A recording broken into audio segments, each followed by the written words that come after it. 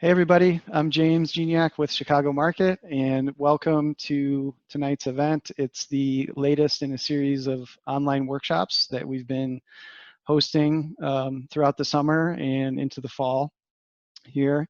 And tonight we're going to be learning about growing herbs indoors with Kasey Eaves. And Kasey was actually our very first online workshop presenter back in May.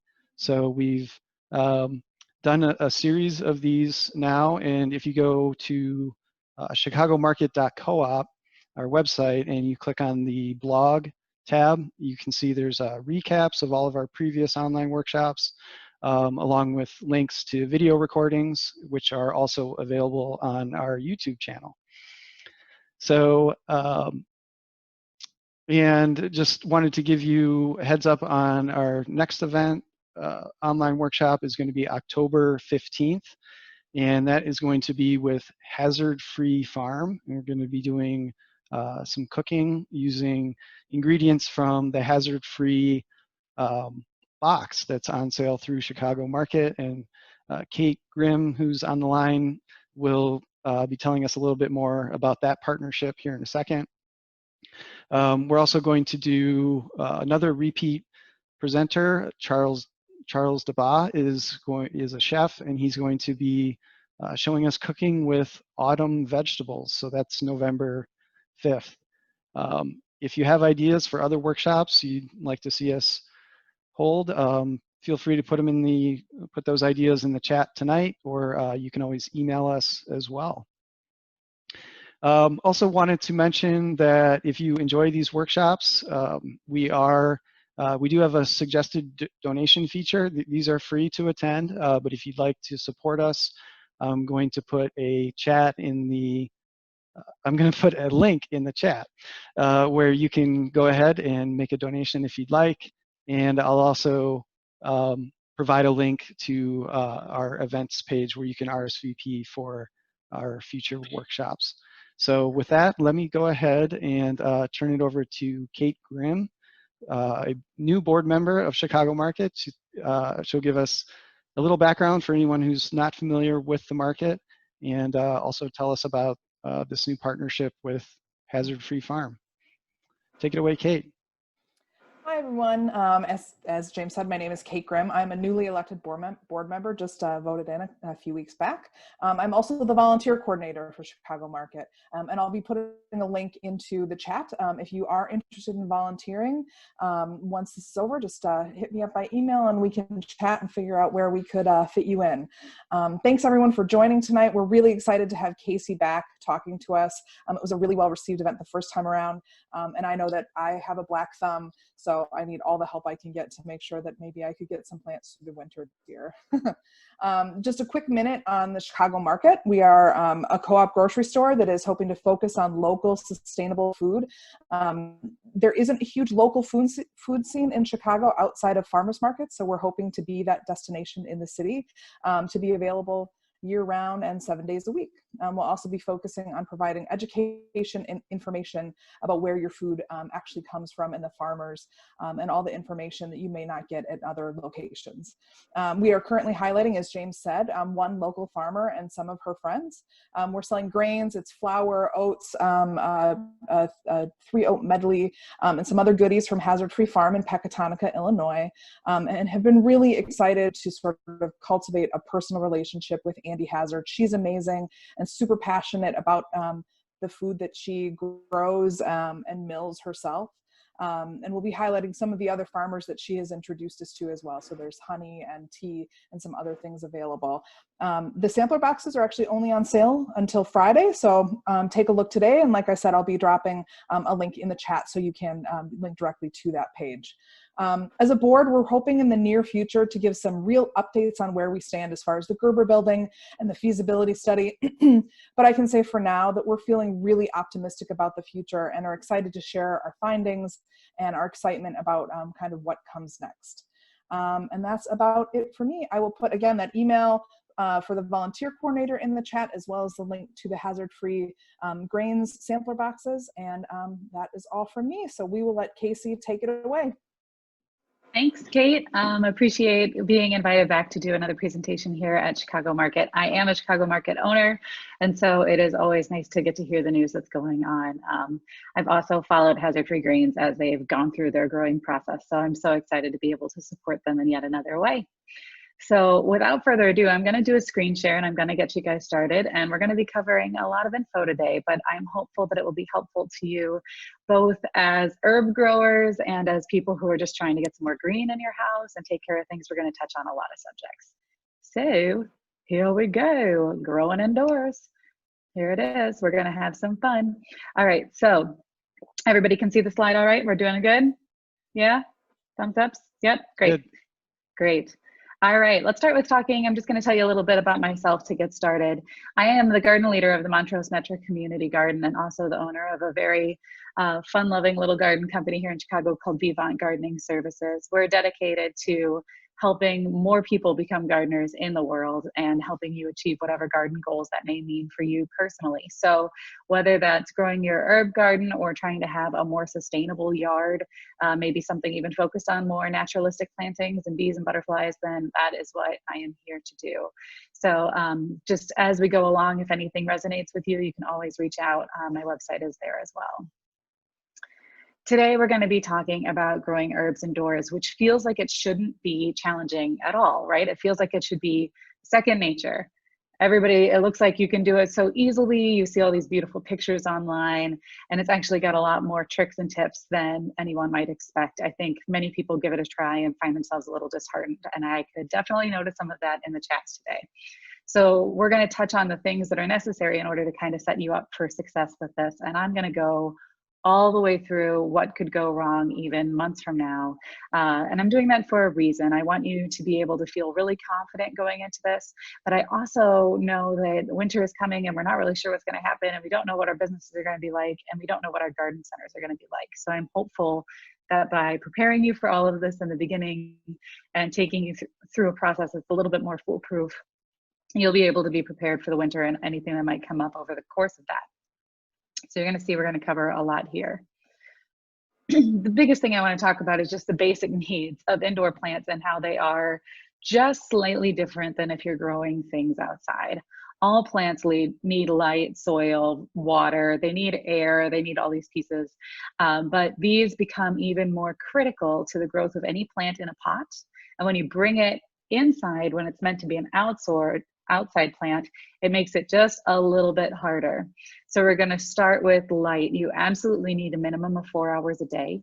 So if all of your windows are facing towards the north or the east, those are our lowest light conditions, and you're not going to be quite there. You're going to need to augment. If you have a south or west facing window, you're good. We're going to go over soil. Drainage is incredibly important here, and it is a very, very common pitfall, and that leads into water as well. So we're going to talk about that.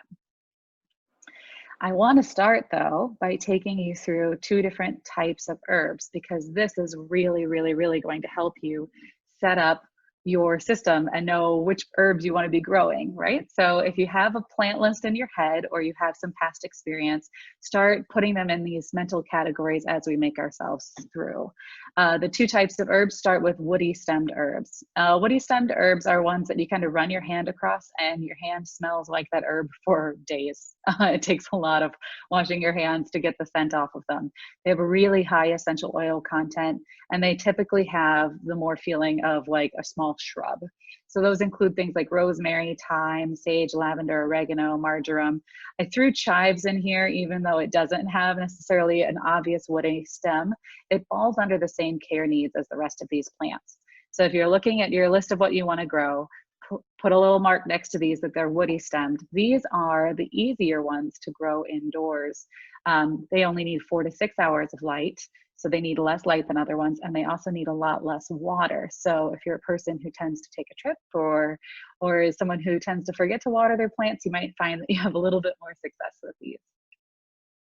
And then you also have soft-stemmed herbs. Soft-stemmed herbs are going to be the things that have much larger leaves on them, that feel a little softer, might be easier for you to snap if you're rubbing your hand over the course of the plant. These include basil, cilantro, dill, parsley, even tarragon and stevia and mint fall into these categories because of their large leaves. Soft stemmed and large leaf herbs have larger cell pores that are exposed on their leaves. So they will lose water a lot faster, and they also need a lot more light to keep up their growth. So these are ones that are going to need those south or west facing lights, or maybe a grow light in your house. And they're also going to need a little bit more water, not tons more water, but enough.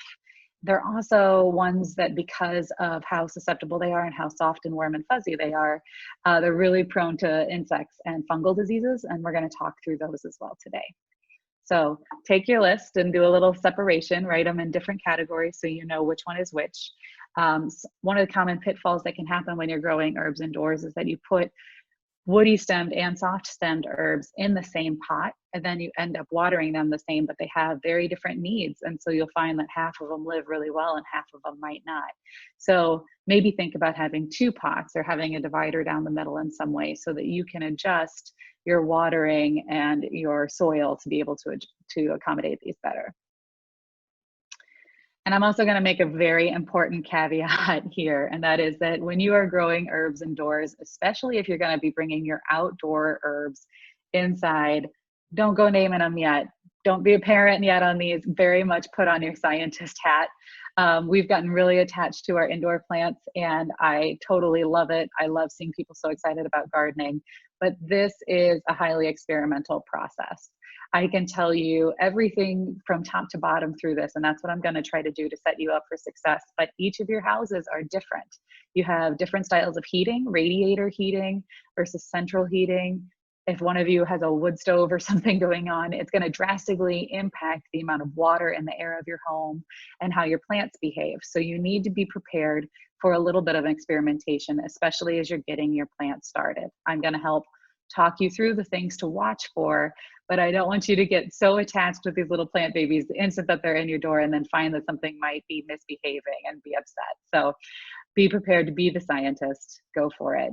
Keep in mind that these plants are not your typical house plants. Indoor herbs are plants that have lived outside. They're from Adriatic regions or mountainous regions of the world. They have a lot of gravel to them. They have hillsides and slopes and riverbanks and air circulation and wind blowing up against them and lots of sun. So bringing them indoors is very different from, say, your Dieffenbachia or your pothos. You know, those plants that you've been growing indoors as house plants, those are plants that exist in jungle categories in the world. Their native environment is a place with filtered light from a tree canopy and not a lot of air circulation. So it's easier for them to accommodate inside. So if you find yourself having a different role as a plant caretaker, right, between your indoor house plants that you've been keeping for a long period of time and these herbs, that's why they really are different beasts. All right, so let's talk first about light and temperature. And how much you need to do and what you need to do. You need to assess the location that you're hoping to grow. So if you're thinking about growing indoor herbs, think about where in your house you're thinking of putting them and the light that it gives. Is there enough light? Is there enough light just naturally happening that you don't have to buy anything? You can test this pretty easily, right? Where most of us hanging out inside our houses a lot these days. So set a little hourly alarm on your computer and go take a look over at the window that you're looking at growing at and go, is there light? Is there light? Is there light? And if you do that for 4 hours or more, then you should be okay, at least on woody stemmed herbs. You can get it higher, bonus. So those are things to consider. If you don't have enough light, you're going to be looking at buying one, and I'm going to take you through that shortly. Is this area frost protected? If you're looking at leaving your herbs near an open window or maybe the worst insulated window in your apartment, you could find that they might get a little mad at you, especially when we get into February. So make sure that you have enough protection there. If it is a really, really drafty window area, then you might want to cover it, right? And will you need to rotate your plants? If all your light is coming in from the window, you probably will need to rotate your plants because they're all going to start leaning towards the sun. So make sure you're not nailing anything down as you're getting ready to do this. Some people like to make custom boxes. You want to make sure that you have enough room to maneuver. If you do decide that you need a plant light, it is something that you can be very grateful to live in this day and age and get a plant light very, very cheaply and affordably and energy efficiently. This would be a very different presentation that I would be giving you even 5 years ago. Plant lights there were much more expensive and a lot harder to find on the market. Now your local hardware store and garden center always has them, and they're also available at even the big box stores, which is great. When you're looking at a plant light, you don't need a really expensive model for growing herbs. So that's something I want to let you know. You're looking for something called a T5 light, or anything that's called like a sun blaster or something like that. T5 lights are really affordable. They look a little bit like a fluorescent light, but they have a different light spectrum on them. They'll typically be 6,400 Kelvin, which is kind of a funny thing to think about. I'm not going to tell you all the things that Kelvin means because we'd be here for 4 hours, and that's ridiculous. Just know that around the 6,400 Kelvin mark and higher in terms of the Kelvin is for the daylight spectrum. It's the best way to pretend that it's daylight outside. You're also looking at the lumens mark on a light bulb, which is kind of funny. If you're buying just a good thing that says plant light or grow light, and it's typically around $20 to $24, you're probably just fine in terms of lumens. But if for some reason you're buying something and it seems to have a really high cost associated with it and seems to have a lumen of like 35,000 or something on it, it's not necessarily for growing herbs like kitchen herbs. It's growing herbs that you might need to grow into a bud later and be in a big grow house.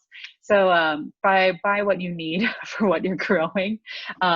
You would find that if you get anything that's over like 2,000 to 3,000 K in terms of lumens, you might be needing to wear sunglasses in your house. It would be a little intense. So keep that in mind. And the lower amount of lumens, it means they're a little closer to your plant. If you're using an old plant light, which is totally fine, a lot of us do. If you were on the bandwagon really early and had an early bulb for use with your seed starting, go ahead and plug that bugger in and put your hand under it for a little while. Let it run for about an hour before you do. Just see if it's putting off heat. If it's so, it is an older bulb, and you're going to want to have it a little bit further away from your plants because you can totally give them a sunburn with some of the older models that are out there. The newer ones, it's not as big of an issue. A quick set of troubleshooting notes here. Sun scald can happen on your plants, even with a grow light, which is kind of funny. You can give your plants a sunburn. It's really obvious to notice when this is happening. They look exactly like your clothes or something that was on a hanger that sat too close to the window and the clothing starts to fade. Your leaf will look very similar. And if you notice that any leaves are leaning up against a window and turning brown as a result, they're getting frostbitten just from the inside of your window. This can happen a lot with basil leaves. They kind of suction on through static cling to your window. And if the leaves are touching it and it gets down really cold at night, you might find that they're getting damaged. So just kind of move them back. If you notice that your leaves are being very dark colored or looking really weak, it means that you don't have enough light and it's time to fix it. So assess your light needs early on. We're going to talk next about water and soil. And then after this slide, I'm going to go ahead and take the first look at the chat questions that you might have. So if you have any questions, you're more than welcome to put them in there as you go. So indoor plants, which a few of you from the chat before we started the presentation, it indicated you might have some problems with this exact issue. They're much more susceptible to root rot, mildews, or dampening off fungus. These are all things that happen when the soil is just too wet for too long and the water doesn't drain or fully evaporate out of it. It is really common indoors with seedlings or with basil plants especially because you don't have any wind or air circulation near your plants. It's very easy to fix this. We're going to talk through it. It's going to be fine. You're not doomed. Just know that this is something that you might encounter. The first thing that you can do about this is to make sure you have a really good drainage. A lot of our indoor pots that we're buying now have drip trays that are attached to them, right? Have you guys seen those, the plastic ones where it feels like the drip tray can just kind of be taken off really easily? They're actually meant to be taken off the bottom of your planter. They look so nice sitting there together, but the only reason that they're actually connected in the store is to make it easier for you to carry home. So when you bring it home, put a couple pebbles or rocks under there so that there's a space between your planter and your drip tray so that your water can actually get out and sit underneath your roots. If not, your water level will go up above the bottom of your pot and your plant roots will be sitting in water and it can lead to root rot. So it's really nice to give a little bit of space in between those. If you are looking at those woody stemmed herbs that we were talking about earlier, right? We remember the rosemaries and all of those things. they actually really need a lot of drainage. They hate to have their feet wet. And that includes rosemary, who is such a tough one to pull inside, right? Everybody tries to put the rosemary with basil plants, then they end up not being friends. Just because of their water needs. Try to mix either some sand or some rocks or whatever you might have around into your potting mix so that you have less things to absorb water. Our potting mixes that we have are wonderful. We've learned so much about container plants, but they're actually mostly made for the plants that you're growing outside, because they're all moisture retention involved, right? They're all for being outside in July and August when it was really hot and really dry. And we're trying to help you retain all your moisture while everything was sitting outside. But when you're inside, you don't have that air circulation, you don't have those moisture problems. And so it's just a different soil mix, right? You don't need as much of that retention, you're actually gonna cut it. If you wanna beat the system even more, use your succulent or your cactus mix when you're growing your herbs indoors. It's going to be a lot better at avoiding these issues. Also, if you're growing inside and you found that you were having that dampening off fungus lives at the very top level of your soil. And you'll notice your basil and your seedlings are looking absolutely beautiful one day, and the next day they've all fallen over dead. And it makes can't figure out what went wrong. That's dampening off fungus that caused that to happen. It attacked the base level stems of your plants and just cut them down. So to avoid that, you can take sand, pebbles, even vermiculite, perlite, even some people will use, and just put it right over the top layer of your planter. And don't worry, I'm going to show you examples of this. We're just kind of talking through some of the science first. But if you put that layer on the top of things that do not hold on to water, things that drain water really fast, it doesn't let the top of your soil stay wet long enough for a fungus to grow on it. Extra plus bonus for all of you at home, this is also a really good way to avoid fungus gnats, which I think a lot of people have dealt with. So it can really, really help. And again, just water less when you're inside. You don't need to water your plants every day. In some cases, when you get into February, you may not find that you even need to water it every 4 days or 5 days. You may end up at 1 day a week. Plants grow a little slower in winter, no matter what we do. And when you're inside and you don't have a lot of things that are causing evaporation, not a lot of sunlight, not a ton of heat, not a lot of air circulation, you're just not going to need that. So you're going to do a finger test when you're watering. This is pretty common. Most people know about it. Put your finger in about 2 knuckles deep into your planter. If the tip of your finger feels moist, your plants are fine. So here's some basics on water and soil. Yellowing leaves when you're doing this. Yellowing leaves will show you that you are giving your plants too much water. That's a really common sign for it. Now that is for herbs, not for every single house plant. Some house plants are different, but in general, yellowing leaves means too much water. Droopy or dropping leaves, plants that just kind of feel like they've had the air taken out of them, that's usually a sign of too little watering. So that's something that you can keep an eye out for. Basil's notorious for it. And if you are finding yourself in an emergency situation where you have a fungus issue and you need to deal with it and maybe adjust it later, chamomile tea and cinnamon are like the emergency rescues of fungus. Chamomile tea just has a whole bunch of anti-fungus properties in it. So I find that sometimes if I'm having chamomile tea in the winter, I will just put the tea bag in my water bucket that I'm using for my plants, and it can help keep some fungus issues down. And cinnamon, it is not foolproof to get rid of fungus. You will end up needing a fungicide later, but it is helpful for an emergency dry out if the fungus gnats have started. Cinnamon, have you guys ever watched this YouTube video where people like put a teaspoon of cinnamon in their mouth and their whole mouth dries out and they suddenly look like they're like spewing cinnamon in all directions? It can dry out the top of your soil just as fast in a pinch. So it can be helpful to do that to get rid of a fungus. I'm going to do a quick stop of the screen share. I just want to take a look and see what questions we might have so far. All right, I'm seeing from, not a lot of questions. I'm seeing from Laura, can we cover how to bring stuff in for the winter? Absolutely, Laura, we're going to touch on that. Great, we're going to keep going then. Watch out, everybody's learning. We're learning fast. All righty, next. We're going to go into some nutrients. We talked about this in my last workshop a little bit because we were talking about growing in containers in the city. And basically, every time that you take a plant and you take it out of the soil and the dirt, right, and everything that it naturally would grow in on a farm, and you instead take it and put it inside a pot, it becomes a fish in a fishbowl. So that plant is now suddenly dependent upon you to feed it. There's a lot of things that you can do with microorganisms and things in soil, but when it comes to house plants, it's very hard to kind of keep that full ecosystem moving. And so you usually end up fertilizing. So I need you to have an idea of that. With limited soil comes a limited nutrient capacity. Just be prepared. Do know, however, that when you are fertilizing your indoor containers as opposed to your outdoor containers, your plants are growing slower. So you only need to apply half of the amount of fertilizer. That's across the board for herbs, indoors, in winter. Whatever fertilizer you are using, half what it says on the bottle, because your plants are growing slower. If we lived in Arizona or we lived in California and we were in places where the sun was all year round, then it would be different. But in Chicago in the winter, when our daylight changes so much, even if you have a grow light, you're going to find yourself needing a little bit less.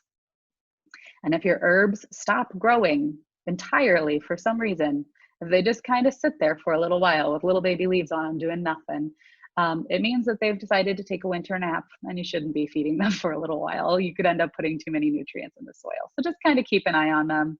That typically happens if they're struggling with light. A couple of quick tips for you when you're choosing a fertilizer to use on your indoor edibles, because edibles are such a unique thing, and we're all trying to grow them as wholesomely and as healthily as possible. I find that for your indoor plants, having something that you can put in the water that you're already applying to your plants is really helpful. So a liquid fertilizer or one that's easily soluble in water is really helpful.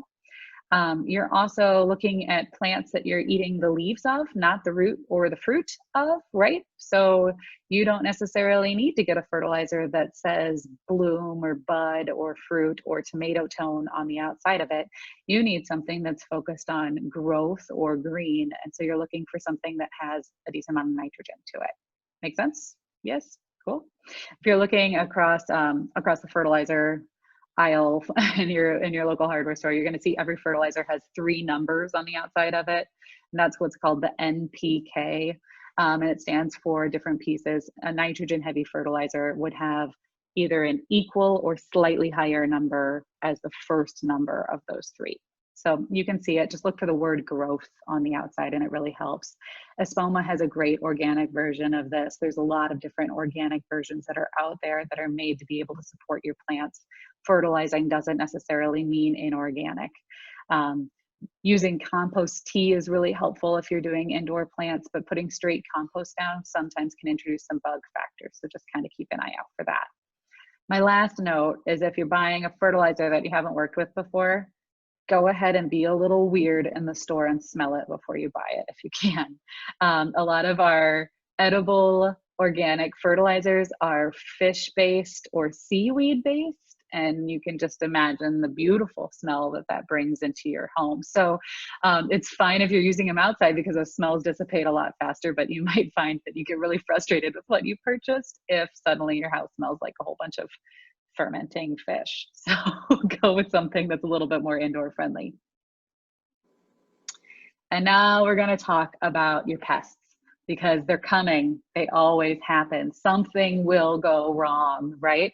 Remember, you have a scientist hat on and not necessarily a plant parent hat on for this particular role. And so we're going to talk through 4 indoor pests that can cause a lot of problems to your indoor plants. And this goes across the board, all indoor plants, even some outdoor plants. It can be really annoying, but I'd rather you know how to take care of them when you're setting everything up, so that you know what you're in for and you know what to get while the garden centers still have everything in stock, right? First one is aphids. Who had aphids in their garden this year? I bet a few of you did. Aphids can attract themselves to basil plants. They can also go after a lot of salad greens and anything that slightly resembles cabbage in any way, shape, or form. Aphids seem to love. They are very, very small and very tiny, and always seem to show up in an absolutely overwhelming and absolutely terrifying number, right? You never just see one, you end up seeing a ton of them. Aphids are usually carried in on your plant, either from outside or from your garden center. It's very rare that they just naturally show up inside your home. So one thing that you can do to keep them from coming in, and this kind of goes across the board with your plants, is to take a little insecticidal soap, put it in a bucket of water, and dunk your plants before you plant them, just to make sure you're not bringing those in. The things that I'm going to be noting as we talk about each of these pests is actually their life cycle. And this is part of your scientist equation and your scientist hat. But if you don't know the life cycle of the pest that you're dealing with, you're going to end up getting really frustrated with it. There's nothing like, it's going to get the better of you because you won't know what you're doing. The life cycle of an aphid is a week from one birth to the next generation's birth. So let's say you get aphids on your plants and you go, I know exactly what I'm going to do. I'm going to go with insecticidal soap. I'm going to spray them down every day for 5 days straight. I'm going to get rid of all of my aphids. It's not going to work because on day 7, the next generation is going to be born, right? So it is better when you're dealing with aphids to spray down weekly, just once a week. Pick a day of the week and give it a quick little insecticidal soap spray for a little while. And that will knock out generation after generation after generation of aphids. After about 3 weeks, you should be in good shape. You can also just knock them off the plant, or if you want to be really aggressive and get some anger out, you can squish them yourself. They are quite squishy, but it is kind of gross. I won't lie. The next one we're going to talk about are gnats. And particularly when I talk about this, I am talking about fungus gnats. And I know that Maureen, especially in the chat earlier today, said she dealt with it.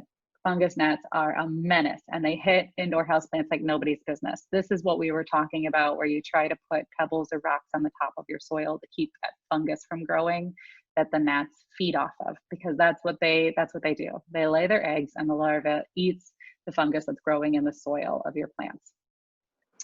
And it's a terrifyingly fast army of fungus gnats. They can lay 300 eggs each, and they can do it within just a couple of days. It's gross and disgusting when you think about it. Try not to have a nightmare tonight. Just stay with me. We're going to get through it.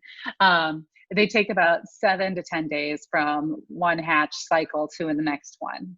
Fungus gnats are difficult because they're in so many portions of your plant. You have eggs sitting on the surface of the soil, larvae slightly underneath the soil, and then you have all these flying things going around your house, driving you crazy, and usually flying at your face because they're attracted to carbon dioxide. The best thing that you can do to help keep them down, and this is something that I actually do the instant that I bring plants into my house. My plants typically hang out in little groupings around the house because that's where the light is for them. I put either fly tape or what's called a sticky stake. It's like a yellow, very sticky piece of paper that sits on a stake in your plants. And I will put those in the corner out of the way where I'm not going to be watering as much, just in the back where no one can really see it, but it's close to my plants. And it can catch any of the adults that would start out flying around really fast.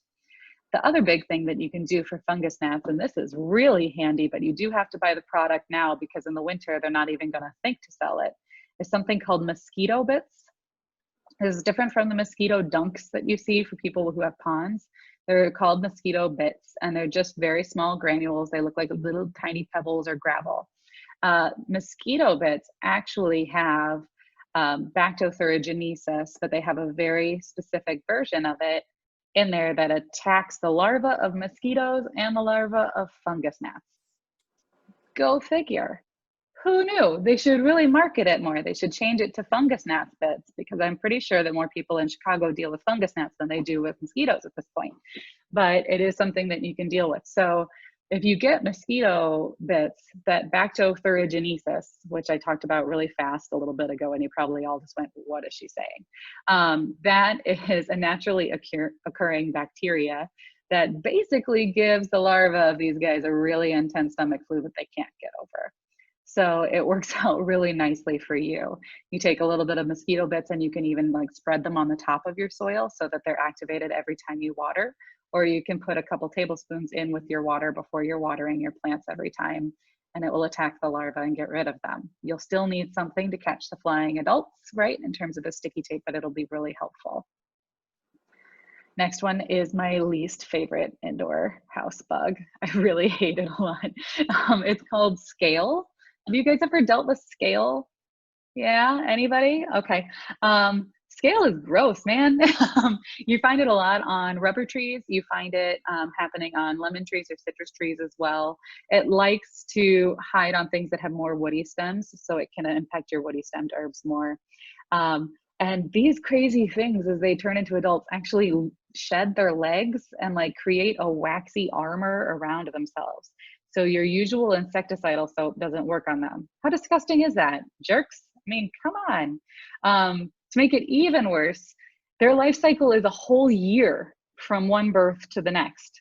You would think that would be good because you'd have so many opportunities to attack them within a year. It's actually really bad because you can never tell when you get rid of all of them because they're not going to show up until next year. They're going to really make you mad when they do. The best thing that you can do to get rid of scale or to deal with scale is to use an insecticidal soap on a rag and wipe down the leaves and stems of your plants. Or you can spray them with something called neem oil. Make sure that you follow the directions on your neem oil. It is powerful stuff. What happens is these guys will hide on the stem of your plant and you won't be able to tell the difference between scale or bark. And then once temperatures are warm, either inside your house or outside, they'll start to climb up onto the leaves and then they'll attach to the underside of your leaves and then they'll start sucking the sap out of your plant like a bunch of jerks. And then they'll shed their legs and then they'll put on their armor and you'll be like, oh my gosh, these guys. Extra plus bonus, if you have repeat problems with scale on any of your larger indoor house plants, next summer you can just move them outside. There are tons of predators for these insects. We just aren't the best one at finding them. So if you put them outside next summer, you should be able to get rid of most things. But in the winter, you're gonna have to do a little wipe down with soap.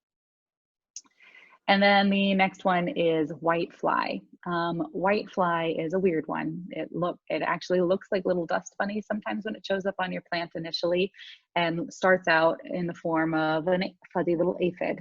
And then it's gonna start to fly like a fungus gnat. But extra plus bonus, it has a really long life cycle like scale and can go dormant in the winter. And this is not really to freak you guys out. I don't want to freak you guys out about all this stuff, even though it's gross. It's mostly just to be able to let you know what you might have already seen on some of the plants that you've tried and to get you in the mindset of like, oh, I know what this is and I know what to do about it.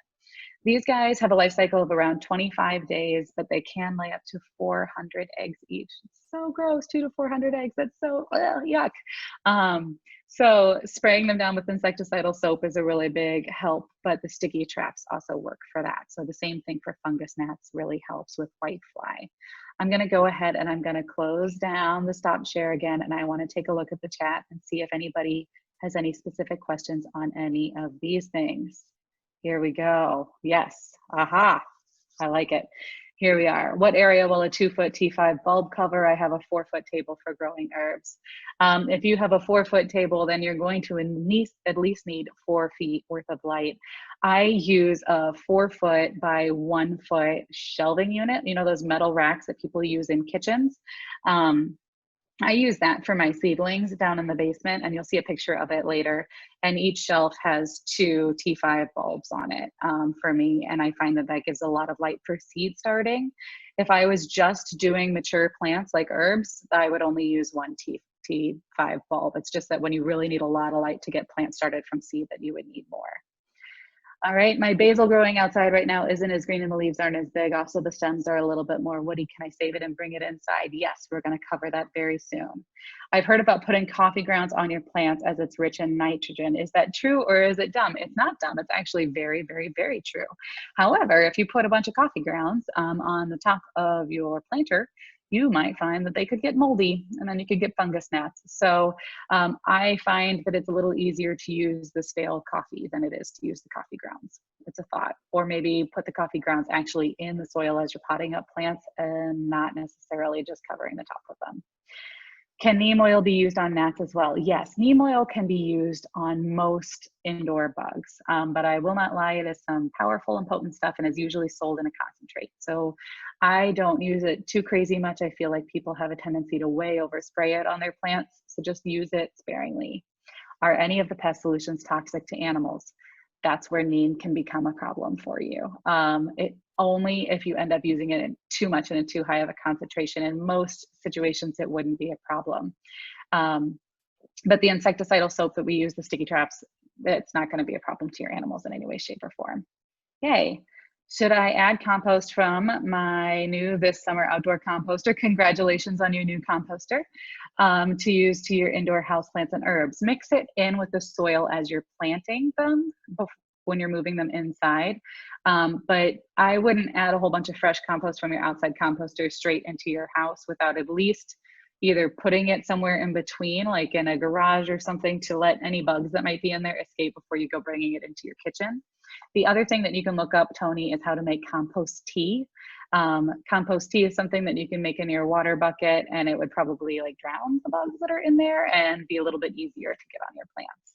This is great. And thank you, Mackenzie. That's a really sweet note. I appreciate it very much. We're going to keep going. All righty. We've been talking about pests, and we are going to talk about bringing in those outdoor plants. Everyone was in such suspense for this. Let's talk about it. Bringing in your outside plants at this point of the season is the ultimate science experiment, and that is why I told you to be a scientist and not a plant parent. I hope you haven't named them all, because this is going to be a tricky situation. You are about to expose your plants to a very drastic change. And this is something that we are used to if we've been starting seeds in our house, or sometimes if we're buying seeds. We talk about a process called hardening off, where we take seeds from a delicate indoor situation and we set them outside for a little bit and then bring them inside, and then set them outside for a little bit more and then bring them inside. And we do all of this with our tender new seedlings that we've grown from seed in our house to get them acclimated to the great outdoors. But it's pretty easy to forget that when you're bringing your outdoor plants back in at the end of the season, you're about to have to reacclimate them again entirely. If you take a plant that has been sitting out in full sun, especially, and you start bringing it in from the nighttime temperatures that we're experiencing right now into your home at 70 degrees with filtered light, less light, right, and totally different air circulation, something is bound to go wrong. You're either going to have an insect, or you're going to have a fungus issue, or the plant is just going to go into shock. It is a lot to handle. So you need to do kind of the reverse hardening off process for these plants as you're bringing them inside.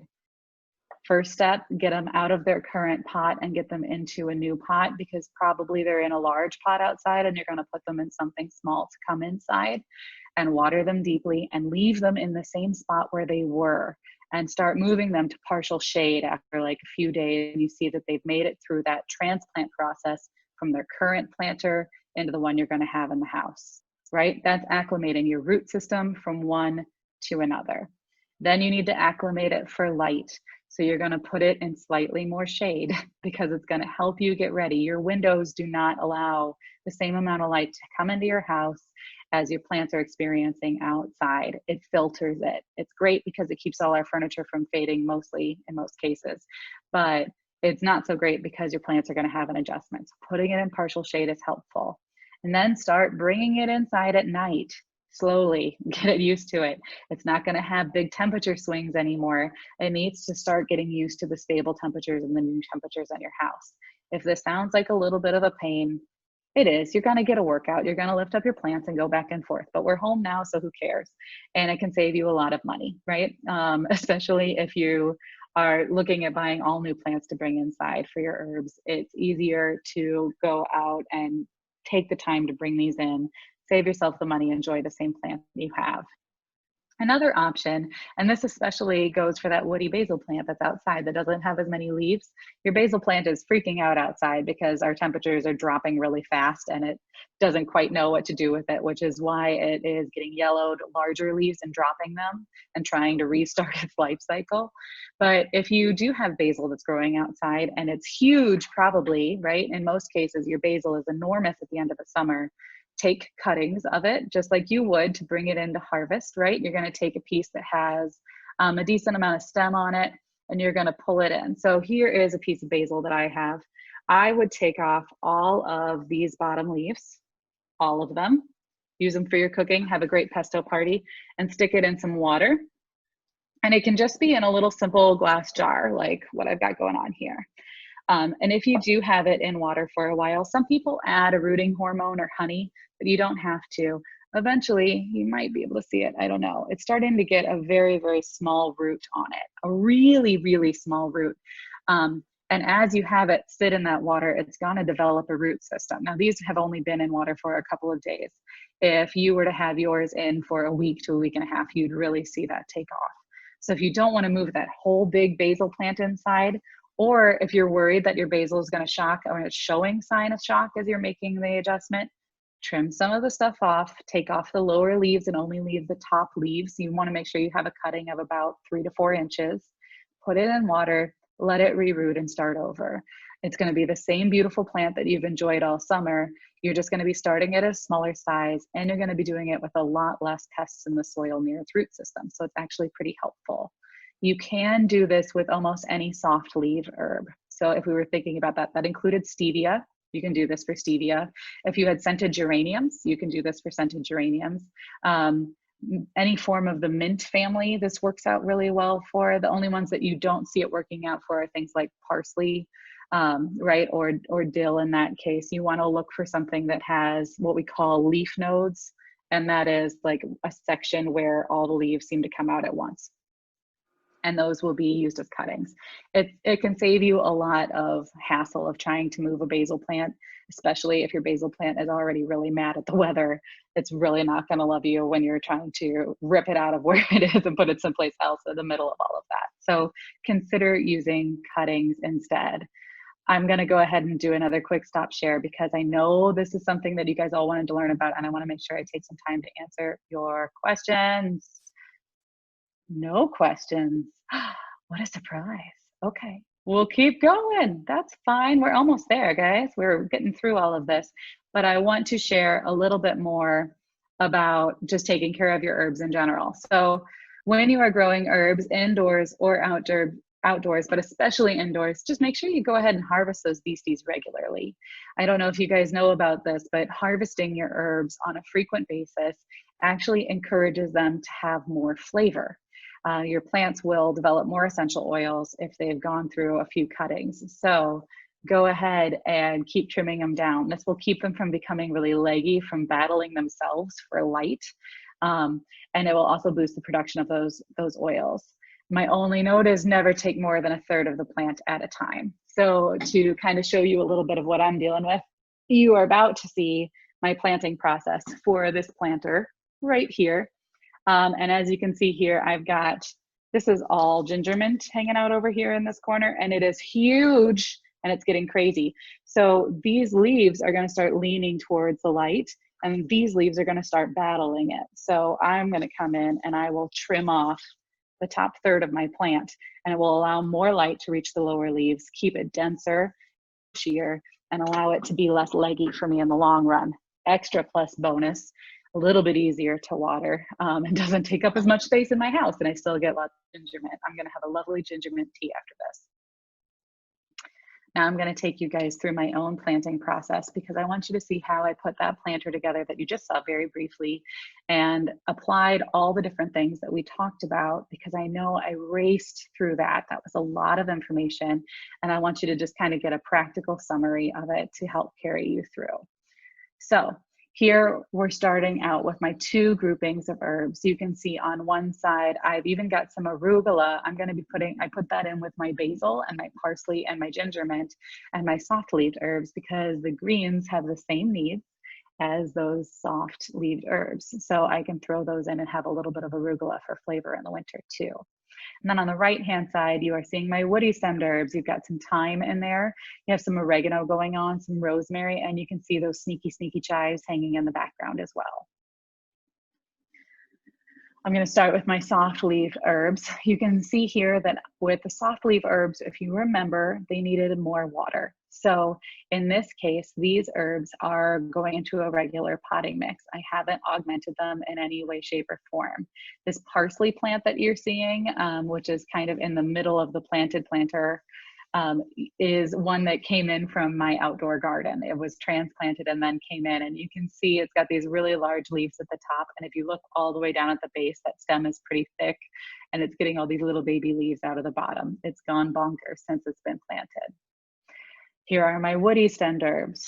So we talked about how woody stemmed herbs needed to have more drainage. So I have some sand and I have some gravel, and I mixed that in, and you can see what that looked like. So it was about 2 scoops of regular potting mix with 1 scoop of gravel and 1 scoop of sand, right? Or if you wanted to do anything else, you could just use a cactus mix and it works out just as fine. And so you're seeing that all happening here as well. And then I planted those up. So you can see the thyme, the chives, the rosemary and the oregano all hanging out. Then we also discussed that plants who are inside need a lot more drainage in the bottom of their pots, and they also need to be protected from fungus at the top of their soil. So you can see here, I had that gravel that I had mixed in. I added a layer of it into the drainage of my pots so that I can have my pots sit a little bit above. And it works out really nicely to just make sure there's a spot for water to go that my roots aren't sitting in. And then I also added a level over the top of my soil after my plants were put in. Now, some of you might be thinking about growing from seed, and that's totally fine if you have enough light. Just keep in mind, you need a lot of light to grow from seed. It's not going to happen with just 4 hours. You're going to need the 6 to 8 hour level. So make sure you have a south or west facing window or grow lights. And you can get your seeds started. Just be very, very, very gentle. And once your seeds get going, get some sand or gravel, or you can even use vermiculite even when you're seed starting to keep off that dampening off fungus. And then I made sure I placed my planters in a spot where they got a lot of light. You can see the planters are actually sitting on top of their drainage trays. My pebbles were about maybe a half an inch deep, and you can't even tell that they're there in the drip tray underneath. But it works out really well. One is in a west-facing window where it's very, very happy. That's where my soft-leaved herbs are, because that west-facing window is going to give them a good amount of light. And the other you can see is down on my metal shelf that I talked about, with one T5 grow light over the top of it. And it's also absolutely loving its life down there. I like the rosemary being downstairs in the basement. I feel like the basement has a little bit more humidity in it, and that's where this is kept. And so it works out. Whereas those soft leaf herbs, they're kept in my kitchen. And because they need more water, I want to keep a closer eye on them. So that's why I had them a little bit closer to where I see every day, and the evergreen herbs downstairs. We're going to do one last chance to ask a whole bunch of questions, but I do want to remind you that you can also contact me through vivantgardens.com, and you can always reach out and ask garden questions. I work here in order to be able to get you to grow what you want to grow. So if at any point this winter you find that you're struggling, there's a way to reach out and be in touch. I even do online remote consults where you can walk me through your houseplants, and I can reassure you and tell you if everything's going good or if I notice any problems. So I'm here to support you in your growing process. Fellow Chicago market owners, we need to unite and we can take care of each other. So I'm going to go ahead and stop the share, and I'm going to be here to answer any last questions that you might have. Here we go. Oh, I like it. Our clippings from scented geraniums. I'm talking with Tony here. Tony of the new composter. My clippings from scented geraniums aren't rooting in water after a couple of weeks. Should we add something to the water? Make sure you're changing out your water on a somewhat frequent basis. Your water only has so many nutrients in it for your plants. So just make sure that you're doing that. And then if you wanted to, you can add a very small amount of raw honey into the water. Raw honey has a lot of really good enzymes and nutrients that can jumpstart the rooting process. Keep in mind, your geraniums might just take a little while and it'll be okay. They'll get there. It is a practice of patience. Basil and mint can root a lot faster than scented geraniums do. All right, Lloyd, I have buckets. Can I just migrate them in at night? Also, with most herbs, is there a minimum temperature that they need to be acclimated to the indoors? And do grasses require any special mitigation tactics? Okay, wow, I love it. Let's go. Lemongrass is actually really, really hardy. So I wouldn't worry about your lemongrass as much as everything else. It really likes a drought environment. Treat it like a woody stemmed herb. That's pretty much the case for most grasses. In terms of migrating your buckets in at night, absolutely, that's what you can do. You can leave them outside during the day and bring them in at night right now, and it will help even out the amount of temperatures that your plants are facing. You're trying to keep that drastic swing of what they're encountering right now. Like, think about it. If you were out earlier today, the sun was shining, it was gorgeous. And tonight, if you were to go out, you would be feeling very wet and cold. And your plants feel that too, and they've been acclimating to that as the fall has happened. So if you just start bringing them in at night and leaving them outside during the day, you're going to start to notice that their temperature is going to even out, and it's going to be easier for them to be inside your house where your temperature is steady all the time. Is there minimum temps that they need to be acclimated to indoors? Yeah, and we're right up against it. I'm so sorry. Makes it hard. But your plants, especially your big summer herbs like basil, We already started to see them reacting a little bit to the nighttime temperatures. They don't really love anything below 50 degrees, and we're riding that line at night. So start bringing them in at night in order to keep them going. Once we get down to 40 degrees, your basil will start to show some burning. This doesn't apply to every plant. Your basil is honestly your most finicky, followed by cilantro, which can throw a really good hissy fit with weather. But your basil is going to be the most sensitive. So start on that one and your rosemary, and then start working on the rest of them as you make your way through. But most of what we've discussed here is going to apply to the rest of the herbs that you're doing too. If you start bringing them in when the nighttime temperatures are going below 50, then you're going to be able to start acclimating them to being indoors all the time. It's also helpful, just so you all know, if you're bringing in especially the buckets that have been sitting outside all summer long and you're just planning to bring that whole planter into your house, keep in mind a lot of things have made it their home. You're going to end up with some spiders, you're going to end up with a whole bunch of different bugaboos in there. So bringing them in at night, right, and having them not get this cool temperature in the evening will cause them to start migrating out of said buckets before they're in your house. So it gives you an extra plus bonus. You can do this in a garage, or you can just do this in like one corner of your house, or you can do it in like the entryway or even the hallway of your apartment building. Why not? Stick the bugs on your neighbors, whatever. It'll help that transition occur and keep less of them from coming into your home. How big are the 2 herb containers that I showed? I am looking at herb containers right now. I think this one is about, I'm comparing it to my 13-inch laptop. I think it's about 15 inches long, and it's only about 4 inches wide. It fits on my windowsill. And as you could see on my kitchen windowsill, it fit really well. You really want to have around 4 inches wide and deep on your herbs, because anything smaller than that, especially indoors, when you're adding all the drainage things that we talked about into it, you just have to water and fertilize them like crazy. If you don't have at least 4 inches wide and 4 inches deep, you're just going to find that you're having to do a lot more maintenance than you'd like. I only have northeast facing windows. Hang in there. If I set up a planter with lights, can they be completely interior, or where they still need some exposure to natural light? They can be completely interior. You saw that one planter that I had on the metal shelf against the brick wall in the basement. It is in a closet in the basement. It doesn't get any other light. So if you have northeast facing windows and you purchase a plant light, it will replace all the natural light that you need. You could still keep it by a window if you wanted to, but the light is going to do the work for you. So you can feel good about wherever you want to put it. You'll even notice if you look at like some garden supply stores that they'll sell like whole shelving units with lights on it. You can go as crazy as you want to on your budget. It's your budget, it's not mine. And if you do, like, those can be put in any room of your house. It doesn't matter. I think that's it. Anything else? Last quiz time. I'll go ahead. You can even unmute yourself if you have any special questions, or if you have any plant babies hanging around that you need to show off.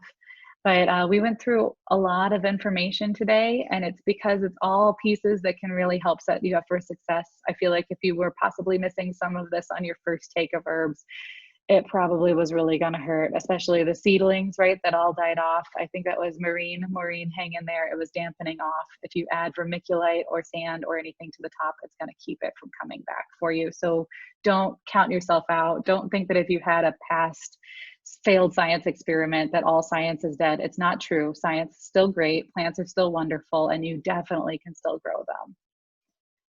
All right, everybody. Thank you so much for being here, and hope I reach out. I'm going to put a quick survey link in here for you.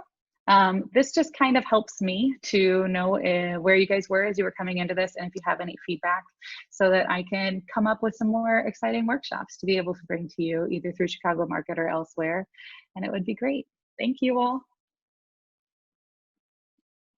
All right. Thank you so much, Kasey, for sharing all of that great information. We had a lot of great questions in the chat, but just wanted to give a quick moment. If anybody wants to unmute and ask a question or show something on your video, now is your chance. Hi, is it cool if I ask one last question? Yeah. Yeah, bring it.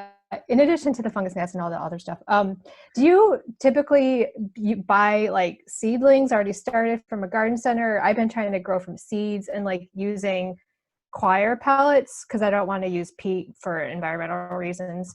Understandable. And then like I'm wondering also if maybe my seedlings died off right away because I waited too long after they maybe got true leaves to transplant them.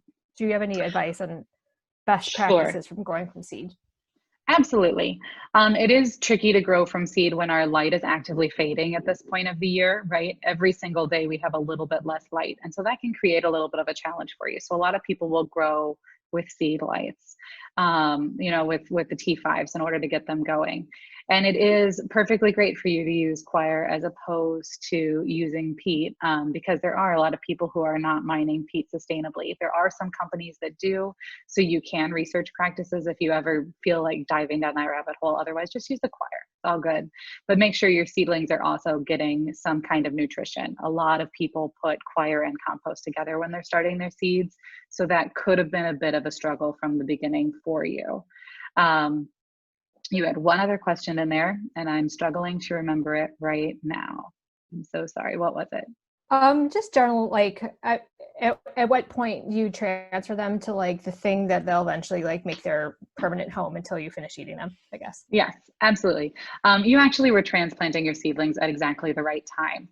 When seedlings are getting started, everybody who's still here watching, if you've played this game before, every seed as it germinates will put out two very, very small first initial leaves that will very much not look like anything that the plant is going to become. They always seem a little bit strange. They're adorable, but they are not normal to the plant.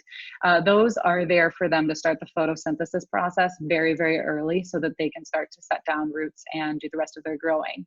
And so we like to wait until they get what we call the true leaves, which is the next set of leaves, before transplanting.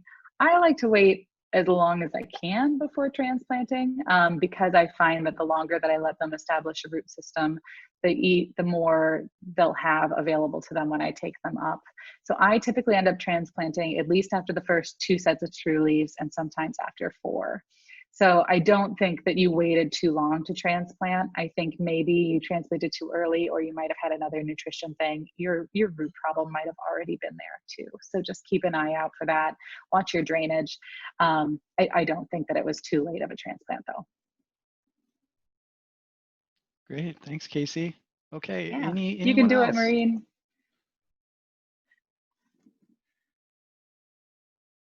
All right, well, hearing none, again, thank you, Kasey, for joining us tonight. And everyone, look forward to seeing you on one of our next workshops. And with that, I will go ahead and end the meeting. So hope everyone has a great rest of your night. Thanks again, Kasey. Thank you, everybody. Have a great night. Bye. Bye. Happy growing, all the fun things.